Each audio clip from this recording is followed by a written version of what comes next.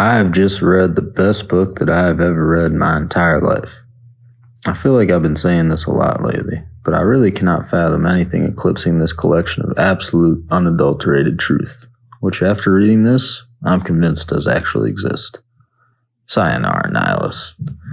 Honestly, I wholeheartedly believe that if everyone eschewed all of the traditional holy books, the Torah, the Bible, the Qu'ran, the Bhagavad Gita, the Dhammapada, the Book of Mormon, Dianetics, and opted instead to live their life according to the words of Kahlil Gibran's The Prophet, we would have a much more harmonious, blissful, compassionate, thoughtful planet to rest our bones upon.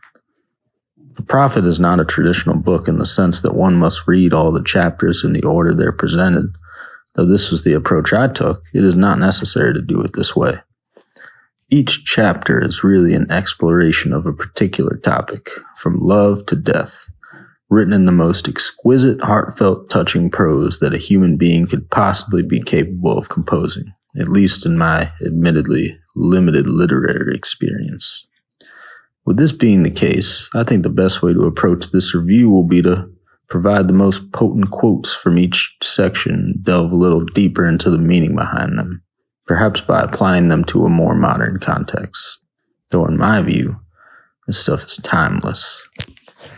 Let us begin with children. Your children are not your children. They come through you, but not from you. You may house their bodies, but not their souls, for their souls dwell in the house of tomorrow, which you cannot visit, not even in your dreams. You may strive to be like them, but seek not to make them like you. This was yet another section that my mother tried to get my father to really think about, to no avail. I swear, no more family drama after this one. Really, it all boils down to this. You have brought new life into this world. Now, your only responsibilities are to cherish this new life and prepare it for the world you have birthed it into. That's it. If you're a drummer, don't hand the kid a pair of sticks and force him to learn the ins and outs of keeping a solid rhythm. Although this is a highly important life skill, the simple fact is that if you force someone to do something, especially your child, who still views you largely as an authority figure, first and foremost, the likelihood of being met with resistance is fairly high. If you, however, just keep on drumming like your life depends on it, being sure to have as much fun with it as possible while remaining firmly in the pocket, your kid will probably end up being inspired to follow in the footsteps of the first friend he or she ever had. At the very least, you will earn his or her respect. If you force it, though, the kid won't be saying, "My dad's a real slick drummer," but rather, "My dad's a real controlling jerk." Eating and drinking. When you crush an apple with your teeth, say to it in your heart, "Your seed shall live in my body, and the buds of your tomorrow shall blossom in my heart, and your fragrance shall be my breath, and together we shall rejoice through all the seasons." The consumption of food is something that has been vastly overcomplicated. At the end of the day, it is a necessary component of our basic biological functionality, without which we would surely perish. That being said, it seems like we have internalized this aspect of it way too much, and as a result, eating has become somewhat of a mixture between a chore and a science experiment. It has not always been this way, and in many cultures, it still isn't. The best thing to help get over this unhealthy relationship with eating is to view your food as a sacrament worthy of veneration, offering it first to the divine without you, before gifting it to the divine within you.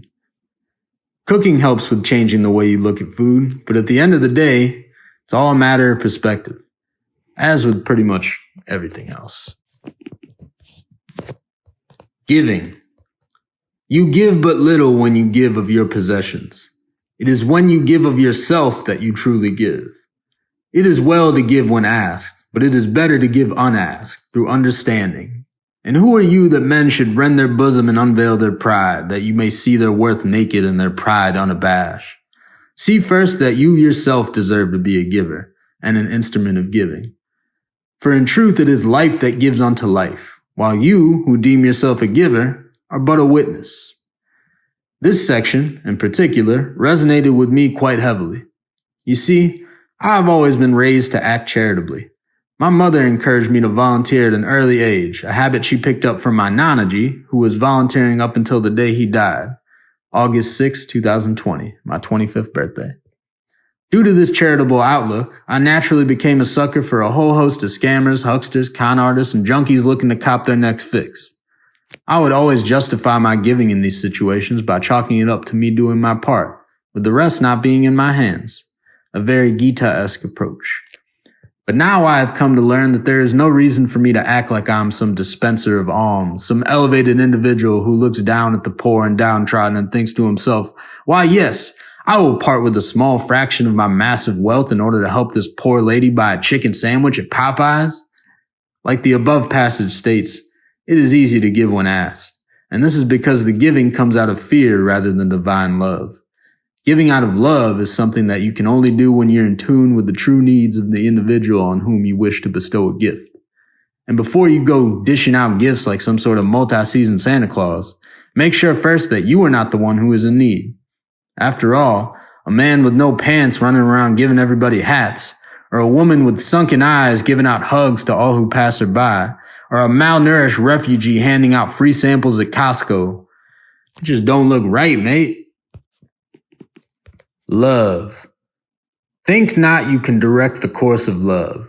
For love, if it finds you worthy, directs your course. Love has no desire but to fulfill itself. Love, as I have come to realize, is the most powerful force in the universe.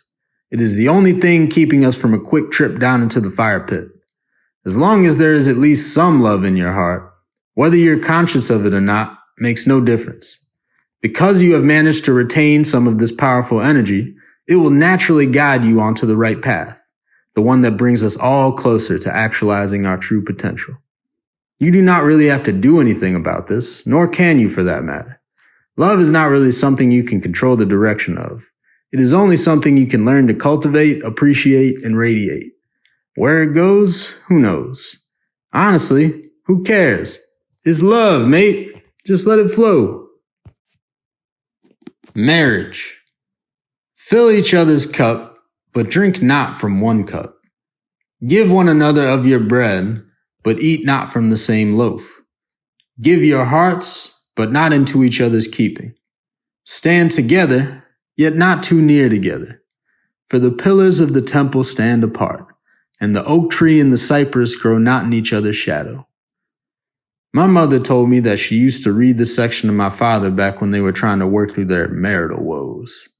She was really hoping that he would actually take the time to listen with intent and try to digest the message behind these words. My dad has never really been the kind of guy to go for stuff like that, though. Football Sunday, a cold Dr. Pepper, and a copy of the latest issue of People magazine. That's old Pop's idea of paradise. If he had taken the time to let these lines sink in, he would have realized that saving his crumbling marriage was really not that hard of a task. All he had to do was take it easy, not smother my mother, but simply add value to her experience as a human while opening himself up to the possibility that she could do the same for him. To my father, though, his cup was perfectly fine the way it was, so there was no need to add to it. But, hey, your cup looks like it could use a few sips taken out of it, so why not let old Daddy Dearest tend to it for you? Don't worry, there will still be a little bit left for you. Work. Life is indeed darkness save when there is urge, and all urge is blind save when there is knowledge, and all knowledge is vain save when there is work, and all work is empty save when there is love. And if you cannot work with love, but only with distaste, it is better that you should leave your work and sit at the gate of the temple and take alms of those who work with joy. It all comes back to love. But seriously though, this is essentially the core message of the Bhagavad Gita, distilled into gorgeous prose. Not to say those holy verses are not also beautiful, but Khalil writes at a level I have not ever seen reached by anything else. One must perform their work, whatever it may be, with complete devotion, viewing all the time and labor as an offering to Krishna, who is really just a symbol for your higher purpose, which all of your efforts are inevitably preparing you to fulfill. Might as well whistle while you do it then.